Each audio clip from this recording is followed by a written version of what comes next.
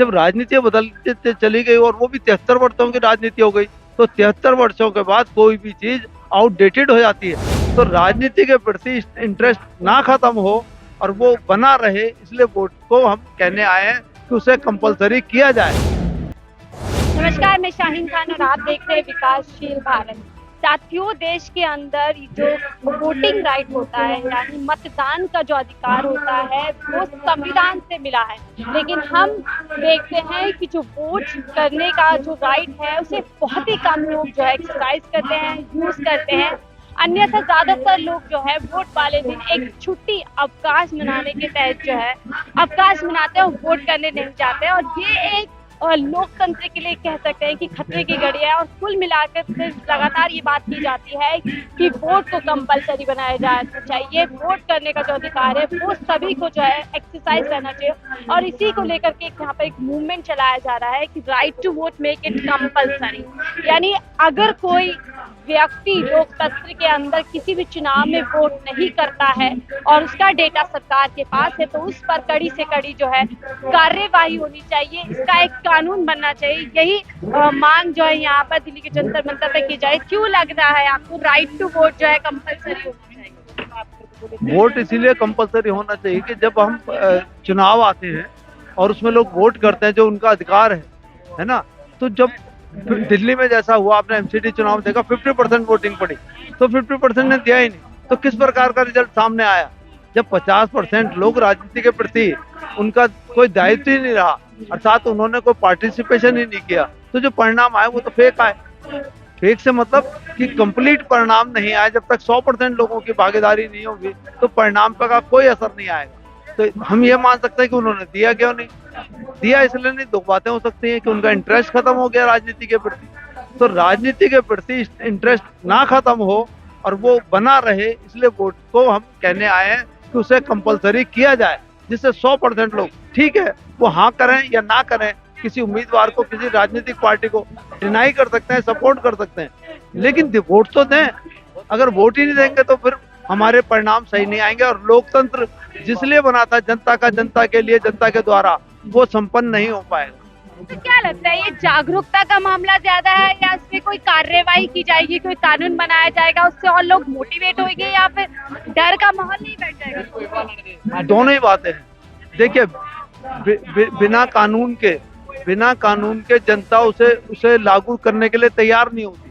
हर कोई अपनी मर्जी, जैसे ट्रैफिक है, लोग अपनी मर्जी से ड्राइविंग करते हैं, मगर जैसे कानून बन जाता है, कानून का उन्हें पालन करना होता है। तो वही यहाँ पर है। अगर हम स्वेच्छा पे जाए उनकी, तो वो नहीं डालेंगे वोट। उन्हें पता है, उनका विश्वास उठ चुका है इन राजनीतिक पार्टियों से, इन राजनेताओं से। तो हम ये चाहते हैं कंपलसरी किया जाए। कंपलसरी इसलिए किया जाए, वो वोट तो डालें, भले उसके खिलाफ डालें, किसी के पक्ष में डालें। उसके लिए फिर हम कोशिश कर रहे हैं कि हम ऐसे कैसे लोगों में विश्वास दिलाएं, ऐसे क्या जागरूकता पैदा की जाए जिससे लोगों में विश्वास हो जाए।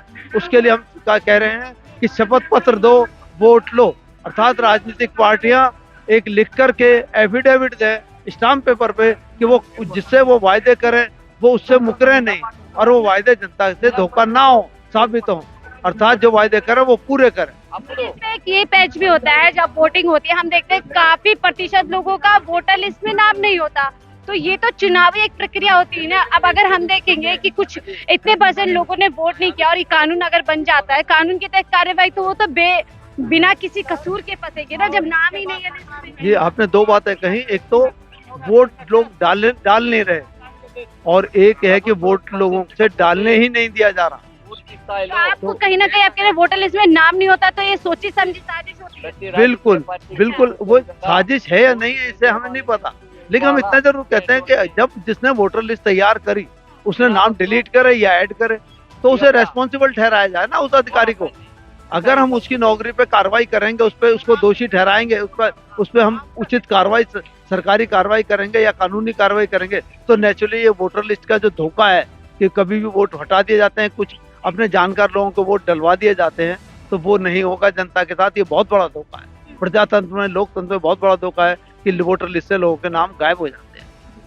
तो लेकिन एक लंबा प्रक्रिया नहीं हो जाएगी कि मैं जाती हूँ, मेरा वोटर लिस्ट में नाम नहीं है, उस समय में शायद कोई कार्यवाही किसी चीज के लिए मूव नहीं कर पाऊंगी और अगले 5 साल का मुझे जो है फिर से वेट करना पड़ेगा। जी, जब हम किसी को जिम्मेदार ठहराएंगे, जिस अधिकारी को, जो इसको काम कर रहा है, जो भी नियंत्रण अधिकारी है, अगर हम उसको जब जिम्मेदार ठहराएंगे, उसको लगेगा कि मेरी नौकरी पे आँच आ जाएगी, वो जिम्मेदारी उसकी बनती है, तो फिर लंबी प्रक्रिया का मतलब ही नहीं बनता। प्रक्रिया लंबी जब दिखाई देगी जब हम वोट डालने जा रहे हैं, लेकिन वोट डालने से पहले ही अगर सही ढंग से काम किया गया, एक नियमित तय विधि प्रक्रिया के तहत काम किया गया, तो वो गलत नहीं होगा, वो सही साबित होगा और सबके वोट बनेंगे और वो डाले जाएंगे। अब बात आती है कि जनता डालेगी कि नहीं डालेगी, तो जनता के लिए हम इसीलिए हम कह रहे हैं right to vote, make it compulsory. Right to vote तो है, लेकिन मेक इट कंपलसरी, उसे कंपलसरी भी करना होगा, जिससे लोग, हर आदमी वोट डालें, वो पिकनिक मनाने ना चले जाए, वो उनका अवकाश मनाते हैं लोग, जिस दिन होता है कि चलिए इस दिन वोट होगी, एक तरीके से अवकाश मिल जाएगा और अपने घर पे आराम से जो है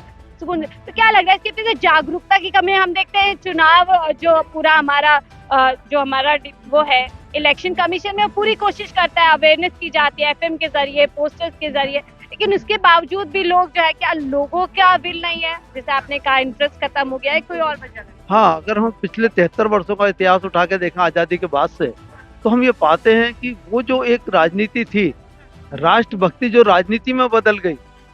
राष्ट्रभक्ति थी जब देश आजाद हुआ था, लेकिन उसके बाद वो धीरे धीरे राजनीति में बदलती चली गई। जब राजनीति बदलती चली गई और वो भी 73 वर्षों की राजनीति हो गई, तो 73 वर्षों के बाद कोई भी चीज आउटडेटेड हो जाती है, सड़ गल जाती है। अब उसे बदलाव करने की जरूरत है। तो हम एक अपना संगठन भी चला रहे हैं, पार्टी लेड डेमोक्रेसी संगठन। उस संगठन के तहत, ठीक है, हम चाहते हैं कि ये जितने भी आउटडेटेड चीजें हो गई, इन्हें बदला जाए और आज के परिप्रेक्ष्य में जनता का विश्वास पुनः जगाया जाए कि ये राजनीति आपके लिए है, आपके फायदे के लिए।